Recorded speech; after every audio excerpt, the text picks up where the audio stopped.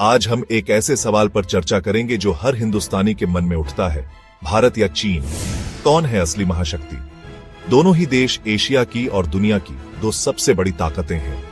दोनों के पास विशाल सेनाएं हैं, दोनों के पास परमाणु हथियार हैं और दोनों ही अपनी अपनी जगह महाशक्ति होने का दावा करते हैं। आज हम करेंगे इन दोनों महाशक्तियों की एक जबरदस्त तुलना। आंकड़ों से परे हम समझेंगे कि असली ताकत किसमें है, संख्या बल में या फिर जज्बे और अनुभव में।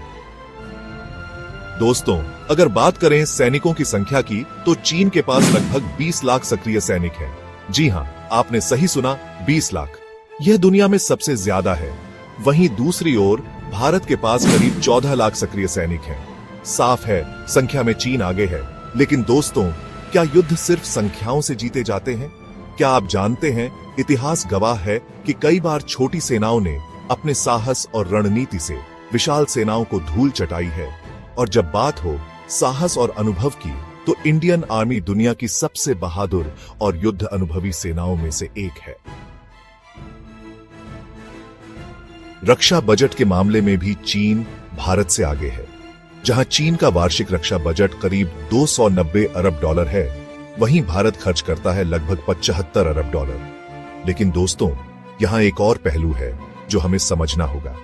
भारत ने हमेशा से ही सीमित संसाधनों में अपनी रक्षा क्षमताओं को मजबूत किया है।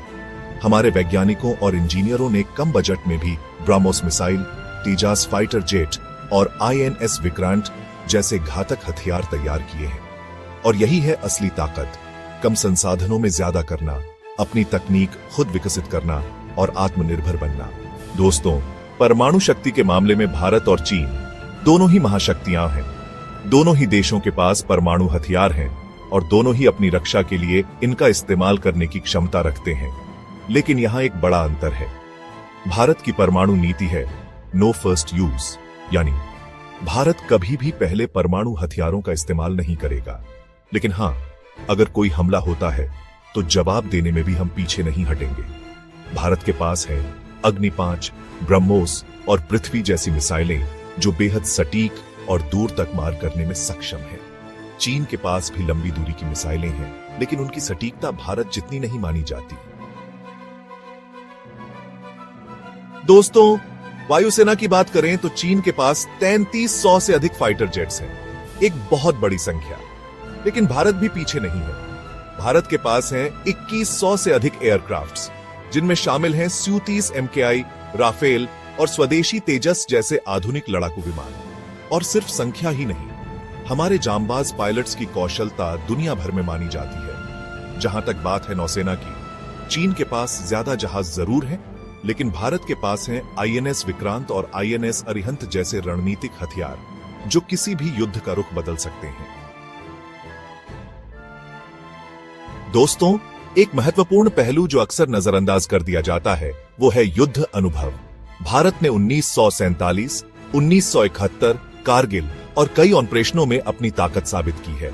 हमारी सेना ने हर बार मुश्किल से मुश्किल परिस्थितियों का सामना किया है और विजय हासिल की है। वहीं दूसरी ओर चीन ने आखिरी बार 1979 में वियतनाम से युद्ध किया और हार गया। युद्ध सिर्फ हथियारों से नहीं, हौसले और अनुभव से जीते जाते हैं। और इस मामले में भारत हमेशा आगे रहा है। तो दोस्तों, देखा आपने, भले ही आंकड़ों में चीन भारी लगे, लेकिन जब बात हो जज्बे, अनुभव और असली ताकत की, तो भारत किसी से कम नहीं। भारत एक शांतिप्रिय देश है, लेकिन इसका मतलब ये नहीं कि हम कमजोर हैं।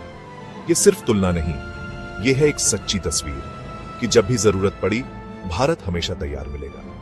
अगर आप भी भारतीय सेना पर गर्व महसूस करते हैं, तो इस वीडियो को लाइक करें, शेयर करें और भारत डिफेंस नेटवर्क को सब्सक्राइब करना ना भूलें। कमेंट में बताएं, आपके हिसाब से कौन है असली शक्ति। जय हिंद।